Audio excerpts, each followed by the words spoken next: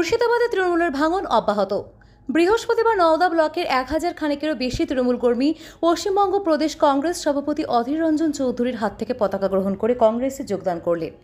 বৃহস্পতিবার মুর্শিদাবাদ জেলা কংগ্রেস কার্যালয়ের সামনে আয়োজিত এক অনুষ্ঠানে কংগ্রেসে যোগদানকারীরা জানান যে তৃণমূলের প্রতি তারা বীতশ্রদ্ধ হয়ে কংগ্রেসে যোগদান করলেন।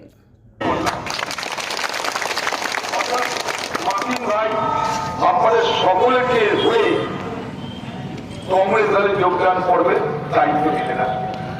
তাই জনে জনে ডেকে ডেকে আমরা আপনাদেরকে আজকে আর যোগদান করালাম না।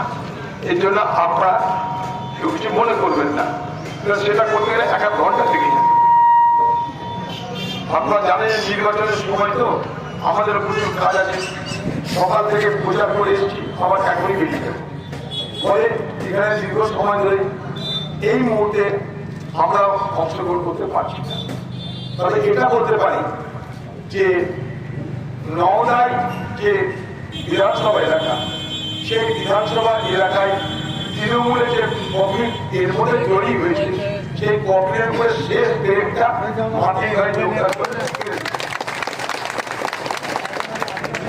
মুর্শিদাবাদ জেলা জুড়ে আমরা তৃণমূলকে উচ্ছেদ করার ব্যবস্থা মোটামুটি করে দিয়েছি। তৃণমূলের সঙ্গে মানুষ থাকতে চাইছে না। সাধারণ মানুষ, সাধারণ তৃণমূলের কর্মী, সৎ তৃণমূলের কর্মী, তারা দেখতে পাচ্ছে যে দলটার জন্য তারা প্রাণপণ করলো, যে দলটার জন্য তারা লড়াই করলো, সংগ্রাম করলো, জেল কাটলো, আজকে সেই দলটা গুটি কয়েক চোরের হাতে চলে গেছে।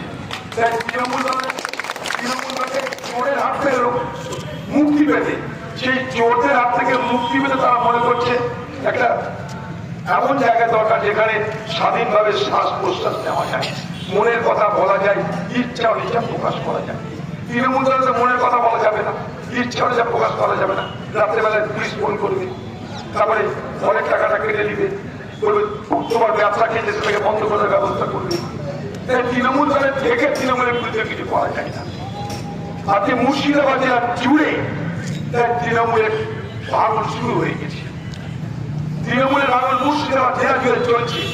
মুর্শিদাবাদ জেলায় যে লোকসভা কেন্দ্রে নির্বাচন হচ্ছে, সেই নির্বাচনের 3টে আসনে তৃণমূল এখানে পরাজিত হচ্ছে।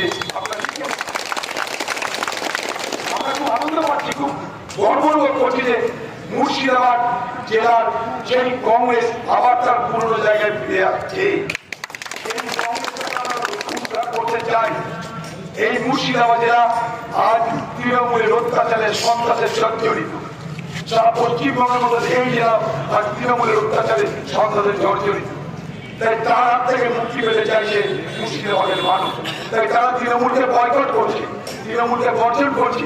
তৃণমূল এখন মূলত থানা পাঠিয়ে দিয়ে গেছে, থানার মধ্যে তৃণমূলের পার্টি অফিস হয়ে গেছে। কোন নেতার মধ্যে ঝামেলা হলে তাকে থানায় এসে মিটমাট করতে হয়, আর কোন নেতা নাই নিজেরাই বিচার করে দিতে পারে। এখন তৃণমূল দল নওদাতে মোটামুটি ধরুন মহাভারতের দল থাকলো, আর কেউ থাকে না। নওদার তৃণমূল এখন মহাভারতের দল, মোটামুটি মুর্শিদাবাদ থেকে চলে এসেছে, চাটি ঘুরিয়ে মুর্শিদাবাদ থেকে চলে এসেছে।